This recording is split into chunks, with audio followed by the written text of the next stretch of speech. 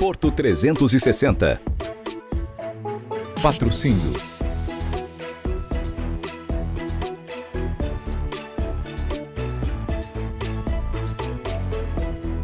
Intermodal a todo vapor, completamente lotada. Encontrei aqui, ó, Caio e Rogério, Transtec. Para a gente conversar não só sobre a feira, mas um assunto muito importante, né? A gente sempre fala de integração de multimodais, das questões das operações portuárias, mas o vazio é muito importante. Sem container vazio não tem movimentação de carga, né, Caio? Sem container vazio não tem movimentação. Deport de vazio é onde começa e é onde termina toda a operação, toda a cadeia logística, né? Então o deport é fundamental aí dentro dessa cadeia toda aí. E aí, Rogério, preciso te perguntar, qual foi o segredo de tamanho crescimento da Transtec conforme a gente vem acompanhando? Olha, Maxwell, a gente trouxe para o mercado uma inovação em termos de qualidade de trabalho, dinâmica, agilidade, pontuando e eliminando diversos vícios que o mercado tinha. Então a gente foi organicamente crescendo. Ao longo do tempo, os armadores foram confiando, os importadores, exportadores, transportadoras, e organicamente a gente foi crescendo o volume e angariando mais clientes. Pode dizer que serviço é o que faz a grande diferença, cara? Com certeza, a qualidade do serviço nesse mercado é o que faz a diferença e é a diferença da Transtec. Caio, falando de expectativa, né? A gente está numa feira que é a maior feira da América Latina. Qual é a tua expectativa para 2023? A gente tem um novo governo chegando, né? A gente percebe que o mercado vem se movimentando e principalmente as empresas pensando em investimentos. Como é que você está olhando o mercado para 2023? A minha expectativa é muito boa, né? Até porque o Brasil ele fornece praticamente para o mundo inteiro, né? Então eu acredito aí que 2023 para nós aqui no Brasil vai ser muito bom em termos de volume de movimentação de container, grãos e etc. Aí. Rogério, para a gente poder encerrar, vamos projetar para 31 de dezembro de 2023. Eu tenho feito essa pergunta para todo mundo, né? A infraestrutura de acesso do porto, a gente vai conseguir resolver, né? Eu caminho ali pela Lemoa, vejo as dificuldades que existem na infraestrutura de acesso, principalmente também na perimetral. Isso tem que ser pauta desse governo definitivamente para que a gente, de alguma forma, possa contribuir com essa questão da redução do custo que é tão importante. Sem dúvida nenhuma. Isso é um ponto fundamental que precisa ser olhado com bastante carinho e atenção pelas autoridades municipais e agora especialmente as estaduais, porque nós temos um governador que vem da infraestrutura. Ele tem na veia, é engenheiro, tem na veia essa questão de execução de obras, de construção, de melhoria de infraestrutura. Então, o governo municipal e o governo estadual precisam conversar com bastante clareza e transparência para que as coisas comecem a acontecer. Tá aí, como você pode perceber, tem muito empresário local querendo fazer investimento e ampliar a sua operação. Depende muito, não só da vontade política, mas também da contribuição de todos aqueles que fazem do Porto de Santos ser o maior porto da América Latina. Muito pouca gente conhece a minha história, né? E muita gente me pergunta a respeito da minha história, de como eu entrei na área de comunicação. Então hoje eu vou deixar o Zé contar para vocês, que é um grande amigo meu e é o cara que me colocou na área de comunicação. Zé, conta, tá aí, ó, o microfone é teu. Legal. Bom, prazer falar com vocês, parabéns pelo trabalho, Maxwell, a TV Tribuna por ter encampado esse projeto tão consistente e que não me surpreende em nada, né, Max? Porque nós somos amigos de longa data e vou resumir a história. Um dia nos encontramos num ambiente totalmente aleatório, que era a Vila Belmiro, que você tinha um camarote corporativo lá, falou, pô, preciso conversar com você. Aí foi até a tua empresa e falou, olha, Zé, eu estou querendo empreender na mídia, eu sempre trabalhei com isso, continuo trabalhando, e nós ali desenhamos estabelecer um plano de comunicação. E aí, o acaso acabou interferindo, porque teve um incêndio... Vou fazer um recorte. Focado no porto. Focado no porto, que exatamente. ninguém falava de porto, Ninguém. muito pouca gente falava. Nós tínhamos agenda, claro, com todo respeito sindical, e nós tínhamos agenda empresarial do porto, era 2015. E o que aconteceu? Aconteceu o incêndio da Ultracargo. que, claro, é uma referência negativa. Mas aí eu te liguei e falei, olha, agora vamos precisar de pessoas para falar sobre o Porto. Vamos conversar, vamos enfrentar esse desafio. Primeira emissora que eu procurei foi a TV Tribuna, prontamente aceitou. Quer dizer, então, e aí você se dedicou comigo, caminhou no rádio, até o dia em que a Tribuna reconheceu a sua capacidade, você também já estava na TV e acabou te convidando, agora o resto da história acho que todo mundo já sabe. Mas eu quero dizer que tudo isso é mérito seu. É mérito meu, mas eu vou confessar que aprendi muito com esse cara chamado Zé Torquato, porque eu te confesso, Zé, a bagagem que a rádio me deu, é verdade. Eu acho que nenhum outro meio de comunicação talvez pudesse me dar para que eu tivesse numa emissora como na qual hoje eu estou. E quero te dizer também, te parabenizar pelo trabalho que você vem continuando a fazer dentro do setor portuário. E a gente percebe, Zé, o quanto essa agenda empresarial que você pontuou cresceu hoje em dia. Isso é muito importante para os negócios? Acredito que sim, porque foi uma conversa muito incipiente da gente. Não fazia o menor sentido você ter um debate econômico e o Porto era excluído dessa discussão. O setor executivo, empresarial, a cadeia portuária, só se falava uma coisa: o Porto só traz problema para a cidade. E a gente nunca se conformou com essa realidade. Acredito que a gente evoluiu. A Tribuna é realmente um grande conglomerado, representa a maior rede do país, tem capilaridade em todas as mídias. Então, eu acho que a gente está conseguindo realizar aquele sonho. Só quero te dar parabéns. Eu tenho muito tempo de comunicação. Você já tinha isso em você. A comunicação é inata. Só te faltava o direcional. Então, tudo que você conquistou é por teu mérito próprio. Fico muito feliz com esse reconhecimento, que eu entendo que é uma moeda muito rara no mundo de hoje em dia. Então, eu te agradeço por isso. Tenha dúvida. E é sempre bom a gente reconhecer as pessoas que nos ajudaram a chegar aonde um dia a gente almeja chegar. E o Zé Torquato fez isso dentro da minha história. E ele capitaneia um programa chamado Zé News. Isso. E eu sou um ouvinte frequente dele. Zé, Legal. Parabéns, meu irmão. Obrigado, viu? Sucesso. Parabéns. A gente continua aqui. Valeu.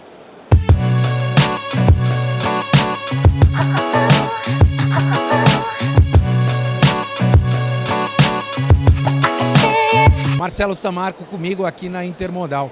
Marcelo, novo governo, muitas expectativas e também muita preocupação do mercado, principalmente em relação à questão de modelagem, né? A gente discute muito a modelagem, desestatiza, não vai desestatizar, mas tem uma preocupação muito grande com os serviços. Como é que você está olhando 2023? Olha, Maxwell, de fato existe uma expectativa muito grande, uma mudança de gestão, né, de filosofia política. A desestatização na agenda desse novo governo, ela não está sendo cogitada como algo que deva ser levado adiante, né?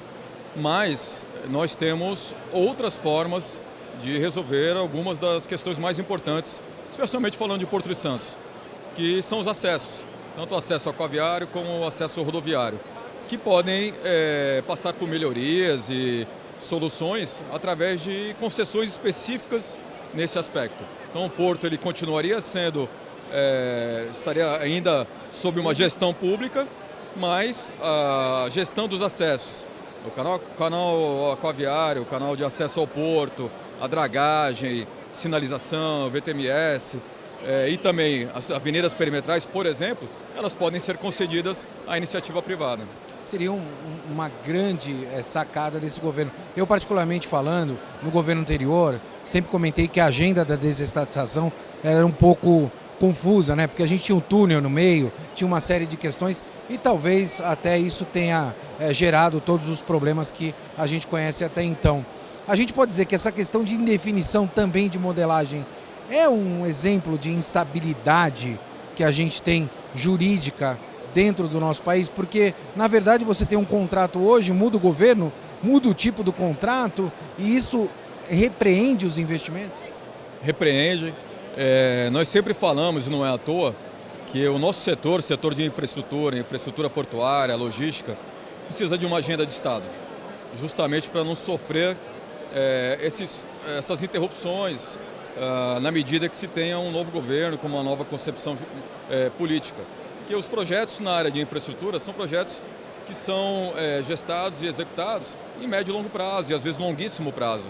Então nós precisamos de fato ter uma agenda que ela possa ultrapassar diversos governos, independente da linha ideológica, político-partidária, e para que, de fato, tenhamos a concretização, né, desses projetos que foram traçados. Então, de fato, isso afeta a questão da segurança jurídica e, por consequência, acaba refletindo nos investidores, né, no olhar do investidor para os ativos de infraestrutura no país. Parece que a vida está voltando ao normal, né? Pós-pandemia, a gente agora na Intermodal, maior feira da América Latina, muitos estandes, muita gente, muitos empresários. Eu tenho ouvido muitas coisas boas. Qual a tua impressão em relação a esse evento, né? O que você tem ouvido, principalmente para 2023, né? O que é possível acontecer em 2023? O que você ouviu aqui de bastidor? Olha, o setor portuário de infraestrutura é um setor muito resiliente, né? A pandemia foi um grande teste e o setor mostrou essa força. E agora, com a feira nesse 2023, numa retomada consolidada, né? Nós tivemos a feira em 2022, mas ainda naquele abre ou não abre, sim, com algum receio em relação à pandemia, mas agora de fato a feira foi retomada e o setor está aqui em presença maciça, com muita expectativa, né, para discutir as principais pautas e para realizar negócios acima de tudo. Então a feira, acho que ela voltou com muita força e as empresas que estão aqui representadas são um grande exemplo disso. As maiores empresas do segmento estão aqui apostando nessa retomada concreta. Eu conversei com o Zé e o Marcelo sabe disso. Nós começamos tudo junto, né? A gente tinha pouco espaço. Você falou que é um setor resiliente e até propriamente na mídia era um setor que tinha muito pouco espaço. E tanto eu, quanto o Marcelo, quanto o Zé e Torquato, fomos pessoas que também fomos muito resilientes para abrir esses espaços. E eu quero te parabenizar, porque essa é uma conquista do setor. Não foi uma conquista do Marcelo, do Maxwell, nem do Zé, mas eu acho que foi uma conquista do setor. A conquista do setor, é você que está de parabéns, Zé, vocês que são da mídia, que promovem esse tipo de pauta e trouxeram essa pauta para o rádio, para a TV, para a internet, para as redes sociais. E isso se replicou, né, Brasil afora. Acho que vocês estão de parabéns. O setor precisa exatamente disso, né? Que essas discussões elas ganhem cada vez mais espaço para que a partir disso se extraiam as melhores soluções para o nosso segmento. E se amplifiquem, né? Valeu, Marcelinho. Tá aí, a gente continua aqui na Intermodal. É hora do nosso quadro da semana, Papo de Porto, com Mário Povia. Olá, Max. E o papo hoje é sobre portos concentradores, ou como nós chamamos, hub ports. Bom, nós temos aí exemplos de portos que acabaram se consagrando aí como núcleos de movimentação de carga. A gente pode citar como exemplo a questão de fertilizantes em Paranaguá e granéis líquidos em Suape ou no Itaqui, por exemplo. Mas não é propriamente desse tipo de hub que nós estamos falando. Nós estamos falando de portos concentradores e eu gostaria de falar daqueles portos que geram cargas feeder, ou seja, cargas de transbordo para outros portos de destinação. E aqui a gente falou há pouco tempo atrás das estatísticas de 2022 divulgadas pela Agência Nacional de Transportes Aquaviários, a ANTAQ, né, onde nós chegamos à conclusão que apesar do Brasil ter andado de lado aí na movimentação de cargas, Santos cresceu aí 2 dígitos, entre 11% e 12%. Se isso não seria já um indício de uma concentração de um modelo de porto concentrador? E me parece que sim, né? Há claros sinais de que as cargas, que Santos estaria gerando muita carga feeder, ou seja, cargas destinadas a outros portos que são deixadas em Santos, principalmente aqui nós estamos falando de contêineres, de carga geral containerizada, que ficam ali transitoriamente no Cais Santista, no cluster Santista, e depois tem como destino outros portos. As estatísticas mostram que Santos tem feito aí um grande volume, tem crescido muito com contêineres e há claramente sinais de que vem se transformando num porto concentrador para esse tipo de carga. Esse tipo de carga ele não concentra só, esse modelo de porto concentrador não se dá apenas por Santos estar localizado, né, próximo ao maior mercado produtor e ao maior mercado consumidor aí, da América Latina.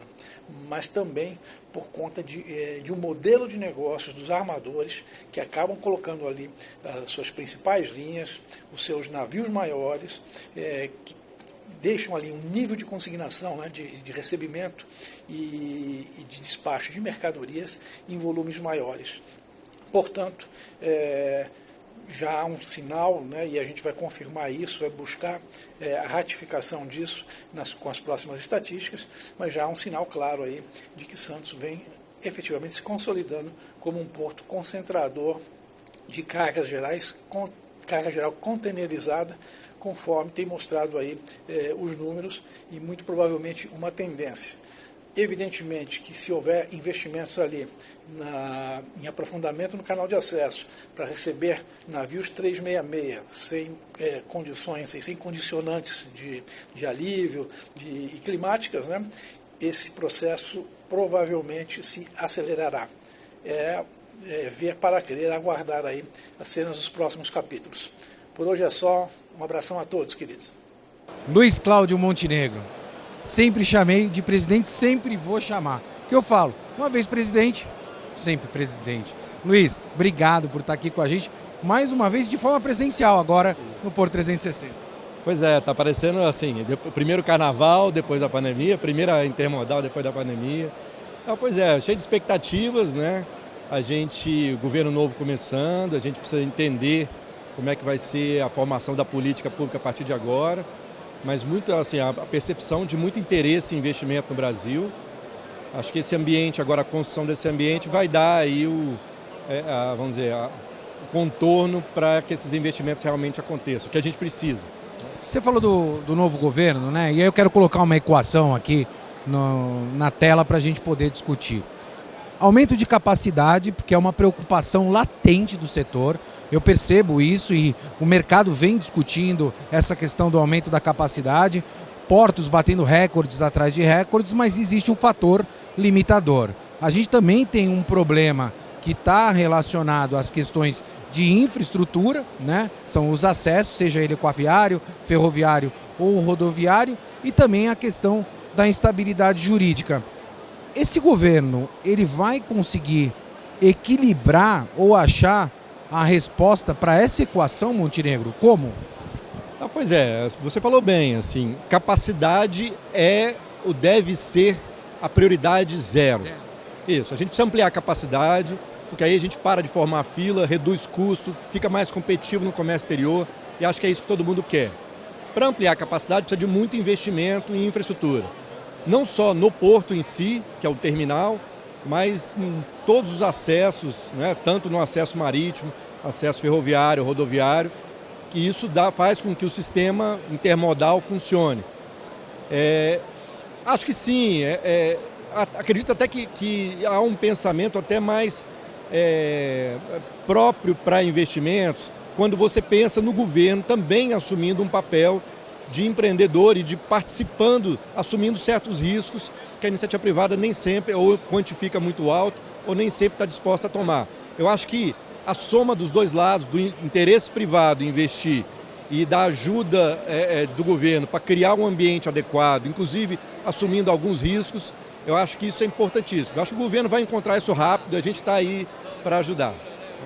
A gente corre o risco de ser aquele brasileiro que vai para os Estados Unidos aprender inglês, não aprende o inglês, esquece o português e fica mudo? É uma boa analogia? O problema da gente tentar vários modelos é esse, assim, cada modelo tem seus prós e tem seus contras. A gente precisa encontrar um modelo, que seja um modelo de Estado, que independe de governos, né, um modelo de Estado, e perseguir esse modelo. Ficar mudando de modelo é mudar de problema, né? Então acho que a gente tem que olhar um pouco isso e pensar no modelo que seja um modelo perene, para a gente fazer planejamento de longo prazo, 20, 30 anos, a gente olhar o que precisa fazer e dar essa segurança jurídica que você falou, para que realmente os investimentos aconteçam. Montenegro, para a gente encerrar, 31 de dezembro de 2023, entramos eu e você na máquina do tempo, estamos aqui, ó, hoje é dia 31 de dezembro de 2023. O que é factível de se fazer com esse governo? Pois é, eu entendo que tem alguns projetos. Vou colocar mais uma palavrinha, se me permitir. Não factível.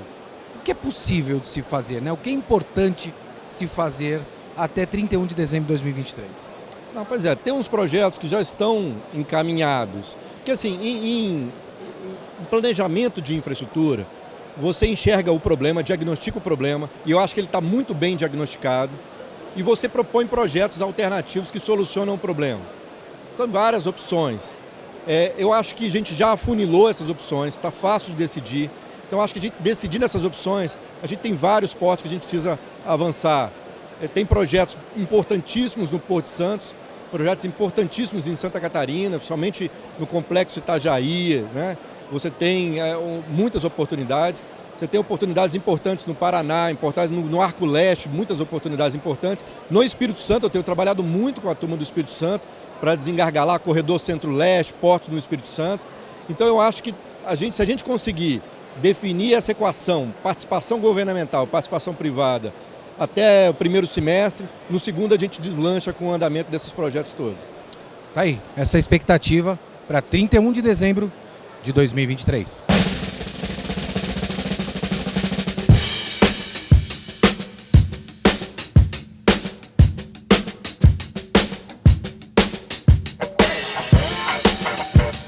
É claro que eu tinha que passar aqui no estande da Cesare para conversar com o Giovanni. Giovanni, primeiro, obrigado por estar aqui no Porto 360 com a gente pela primeira vez, né? Primeira vez. Eu que agradeço a oportunidade. Sou fã do programa, acompanho. Já tivemos algumas oportunidades de expor a Cesare, mas é uma honra estar com vocês. Falando de Cesare, né? Como é que está hoje, principalmente o planejamento estratégico? A gente sabe que a Cesare tem uma série de verticais e, consequentemente a isso, há sempre uma expectativa de ampliação. Vocês estão olhando para algo novo, para algum tipo de mercado novo? A Cesare é uma empresa tradicional no ramo de transportes. Desde 97 a gente vem diversificando o nosso portfólio de serviço. Entramos na área de terminais, com uma área grande ali em Cubatão. Recentemente a gente adquiriu um operador portuário que opera em Santos. E estamos olhando bastante para chegar cada vez mais atuante nas áreas portuárias. Não só em Santos, mas também em outros portos do Brasil. Para esse ano a gente inaugura um terminal em Barcarena, no Pará, e estamos olhando outras oportunidades na costa brasileira. A gente vai ser mais relevante na atividade portuária. Tá aí, novidade, hein? Exclusiva aí para o Porto 360, a expectativa e principalmente o planejamento estratégico da Cesare. Giovanni, a gente está agora, né, no início do ano, estamos em março, e a gente percebe aí, obviamente, a movimentação desse novo governo. E o mercado bastante ansioso, principalmente com as nomeações e com o que o governo federal vai vir a propor. Isso de alguma forma afeta os investimentos? Como é que você, a Cesare, ou principalmente o que você vem ouvindo do mercado nesse sentido? Olha, afeta, acho que desde o ano passado, antes da eleição, tem muita dúvida, né? muita incerteza de quais vão ser as nomeações. A gente ainda vive um pouco de incerteza, né? Alguns nomes estão começando a surgir, mas eu esperava que esses nomes já pudessem estar nomeados e a gente começasse a construir as agendas, né? Então, as coisas que estavam engatilhadas a gente continua, mas novos negócios acho que ainda esperam. Lá em saber como é que vai ser esse comportamento do governo. Em Santos, por exemplo, a gente ainda não tem a nomeação de quem assume SPA, né? Giovanni, eu estou sabendo da tua confirmação para a nossa missão internacional em Israel. Primeiro quero te dizer que eu fiquei bastante contente de ter a Cesare junto conosco nessa missão e queria te perguntar, qual é a tua expectativa, né, em ir a Israel? O que aprender, o que ver, né, dentro dessa agenda que foi construída? Olha, a nossa expectativa é muito voltada para a área de tecnologia e inovação. O berço do mundo de tecnologia. Então eles são muito fortes, e a gente vem investindo cada vez mais em tecnologias. Um exemplo, a gente tem o primeiro spinner para lavagem e descontaminação de isotanques do Brasil, uma tecnologia que na Europa é bem disseminada, e hoje nós não temos mais tantos homens dentro de tanques para fazer lavagens. Esse é um dos exemplos que a gente quer olhar lá e trazer tecnologia e inovação, porque hoje em dia você tem que se atualizar e rápido, né? Não tenha sombra de dúvidas em relação a isso. Quero te agradecer por estar aqui com a gente no Porto 360 Entrevista, e você vai acompanhar as novidades, principalmente não só da maior feira da América Latina, a Intermodal, mas também da missão que a gente vai fazer para Israel.